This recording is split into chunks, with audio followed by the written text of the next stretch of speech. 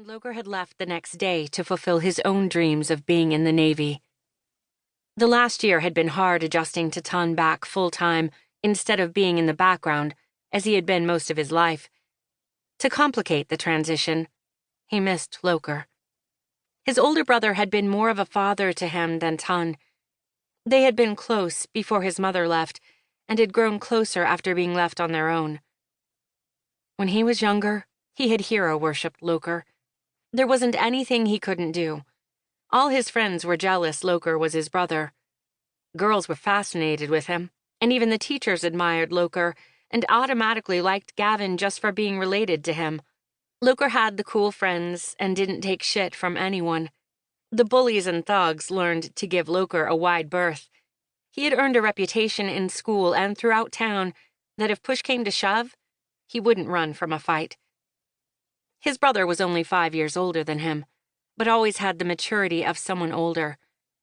While it benefited Gavin that Loker had accepted responsibility for him until Ton retired, it had its disadvantages. In some ways, he was a harder taskmaster than his father. Loker had been overprotective to a fault sometimes. The 2 months before he left had been spent with the two of them butting heads. Even now, when he called, Loker gave him hell if Ton told him that Gavin broke one of his rules.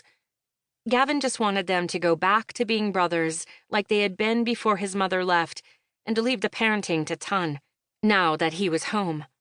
Turning his head to the side, he realized Tony had fallen behind him, standing with his hands on his thighs and gasping for air. Sprinting back, he lay a hand on his back, concerned his friend had overexerted himself. "You okay? You need your inhaler?" "No, just give me a sec." "Take a load off. I need a break as well." Gavin dropped to a sand dune, resting his arms on his knees. "Fuck you. I don't need you babying me." Wah. Then quit sounding like one," Gavin mocked. "Rest. When you're ready, we'll walk back. I need to get a shower and call Lacey to see what time she wants me to pick her up," he boasted, confident that she would say yes. He was relieved when Tony sank down onto the sand and leaned back on his elbows. "I have to hear that." Gavin also leaned back on his elbows to stare up at the sky, letting the last rays of the sun hit his face. He saw a small plane flying past. "It's kind of low, isn't it?" he asked absently, interrupting what Tony was saying. "Yeah? Maybe they're looking at houses on the beach?" "I don't think so.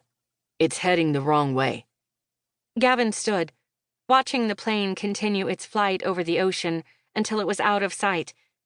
Brushing off the strange feeling seeing the plane gave him, he turned and gave Tony a hand. Gavin nearly stumbled as Tony started to rise when the sudden feeling of weightlessness overwhelmed him. Disoriented, it was Tony who kept them from crashing back down to the sand. "Dude, you trying to kiss me?" Gavin had to shake his head as goosebumps traveled up his arms and the hair on the back of his neck rose up. As if sensing danger was about to strike. "Sorry," he mumbled as he righted himself. Turning to stare back at the waves rolling toward the beach, he took a step forward, narrowing his eyes on the water, trying to understand why he wanted to run into the water and start swimming. "What the hell is wrong with you? You're freaking me the fuck out." "I don't know."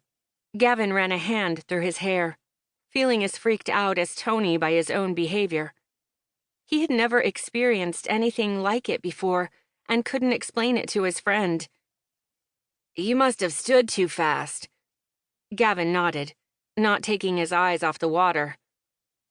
"I guess you're right. You ready? I need to find a date. Unlike you, I can't pull one out of a magic hat." Tony started walking back the way they had come. "You coming?" Gavin had to force himself to move. "I'm coming." When they were back alongside each other, Tony gave him a crooked grin. "You know I was just joking about the kiss part, right?" Gavin grinned back. "Don't worry. You're not my type." "What's wrong with me?" "Dude, you smell. You need a shower." Sidestepping the elbow that his friend tried to bash into his ribs.